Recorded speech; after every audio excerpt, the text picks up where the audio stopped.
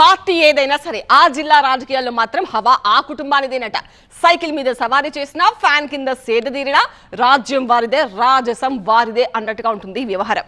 ఇప్పటికీ తగ్గేదేలే అంటున్న ఆ ఫ్యామిలీ నుంచి అప్పుడు తండ్రి, ఇప్పుడేమో కుమారుడు, అంతే తేడా. మిగతాదంతా సేమ్ టు సేమ్ అంటున్నాయి రాజకీయ వర్గాలు. ఇంతకీ ఎవరిదా కుటుంబం, ఏంటా కథ? అప్పట్లో టీడీపీ, ఇప్పుడేమో వైసీపీ. కోట్లతోనే ఢీకున్న సుబ్బారెడ్డి, తండ్రికి తగ్గ తనయుడిగా మోహన్ రెడ్డి. కర్నూలు జిల్లాలో ఎస్వీ ఫ్యామిలీ పవర్ చూపిస్తోందా? కర్నూలు జిల్లా రాజకీయాల్లో పాత తరం నుంచి నేటి తరం దాకా అందరికీ సుపరిచితమైన నాయకుడు ఎస్వీ సుబ్బారెడ్డి అలియాస్ సోముల వెంకట సుబ్బారెడ్డి.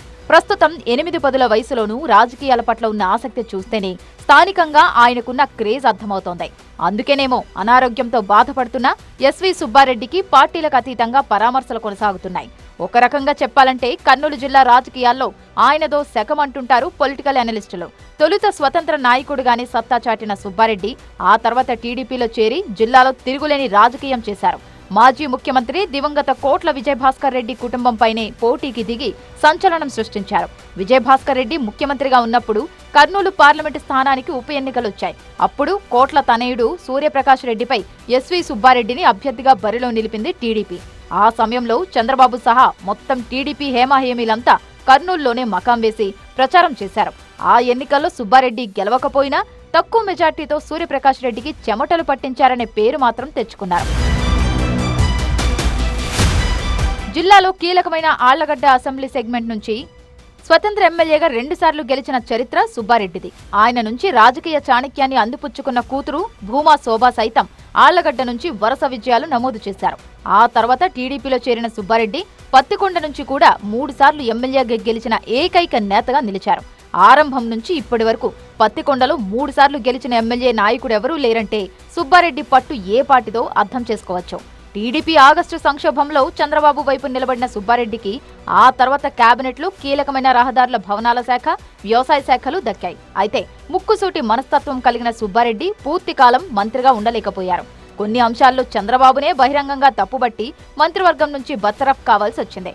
అలాంటి సుబ్బారెడ్డి 2009 దాకా యాక్టివ్ పాలిటిక్స్ చేసినా ఆ తర్వాత కాస్త కామైపోయారు. సుబ్బారెడ్డి వారసుడిగా పొలిటికల్ ఎంట్రీ ఇచ్చిన ఎస్వీ మోహన్ రెడ్డికి సొంత పార్టీలో పత్తికొండ నుంచి టికెట్ దక్కలేదు. దీంతో కాంగ్రెస్ నుంచి పోటీ చేయాల్సిన పరిస్థితి ఏర్పడింది. కిరణ్ కుమార్ రెడ్డి ముఖ్యమంత్రిగా ఎమ్మెల్సీగా అవకాశం దక్కించుకున్న మోహన్ రెడ్డి ఆ తర్వాత జగన్ వైపు టర్న్ తీసుకున్నారు. వైసీపీ నుంచి 2014లో ఎమ్మెల్యేగా గెలిచిన మోహన్ రెడ్డి మరోసారి రూటు మార్చారు. అప్పుడు టీడీపీలో చేరిన 23 మంది వైసీపీ ఎమ్మెల్యేల్లో ఆయన కూడా ఒకరయ్యారు. అయితే 2019లో మరోసారి ఆయనకు టీడీపీ టికెట్ విషయంలో నిరాశ ఎదురైంది. దీంతో తన తండ్రిని మంత్రిగా బర్తరఫ్ చేయడంతో మొదలు ముచ్చటగా 3 సార్లు తన కుటుంబానికి వెన్నుపోటు పొడిచారంటూ మరోసారి చంద్రబాబుపై విమర్శలు ఎక్కుపెట్టి వైసీపీలోకి రీ ఎంట్రీ ఇచ్చారు మోహన్ రెడ్డి. ఆ ఎన్నికల్లో టికెట్ ఇవ్వకపోయినా అత్యంత కీలకమైన జిల్లా సహకార కేంద్ర బ్యాంక్ చైర్మన్ పదవి ఇచ్చి ఎస్వీని గౌరవించారు వైసీపీ అధినేత జగన్. ఇక అప్పటి నుంచి వైసీపీలో మరోసారి ఎస్వీ ఫ్యామిలీ హవా మొదలైంది. అప్పట్లో టీడీపీ తరపున తండ్రి ఎస్వీ సుబ్బారెడ్డిది రాజ్యమైతే ఇప్పుడు వైసీపీ తరపున కుమారుడు ఎస్వీ మోహన్ రెడ్డి రాజ్యం అన్నట్టుగా సాగుతోంది జిల్లాలో రాజకీయం. అయితే వైసీపీ ఓటమి చెందిన ఎస్వీ మోహన్ రెడ్డి ప్రయారిటీ మాత్రం తగ్గలేదట. డీసీసీబీ చైర్మన్ గా పనిచేసిన విజయ మనోహరి భర్త మోహన్ రెడ్డితో కలిసి పార్టీలో క్రియాశీలమయ్యారు. ప్రస్తుతం ఎస్వీ మోహన్ రెడ్డి వైసీపీ జిల్లా అధ్యక్షుడిగా ఉంటే ఆవిడేమో మహిళా విభాగం స్టేట్ వర్కింగ్ ప్రెసిడెంట్ గా కీలక బాధ్యతలు నిర్వర్తిస్తున్నారు. దంపతులకు కీలక పదవులు ఇవ్వడంతో కర్నూలు జిల్లాలో ఎస్వీ ఫ్యామిలీకి వైసీపీ ఎంత ప్రాధాన్యత ఇస్తోందో అర్థం చేసుకోవచ్చు. అంతేకాదు మోహన్ రెడ్డి సోదరుడు జగన్మోహన్ రెడ్డి ప్రస్తుతం విజయ పాల డైరీ చైర్మన్ గా కొనసాగుతున్నారు. రానున్న ఎన్నికల్లో కర్నూలు అసెంబ్లీ నుంచి మోహన్ రెడ్డి లేదా విజయ మనోహరి పోటీ చేయడం ఖాయంగా కనిపిస్తోంది.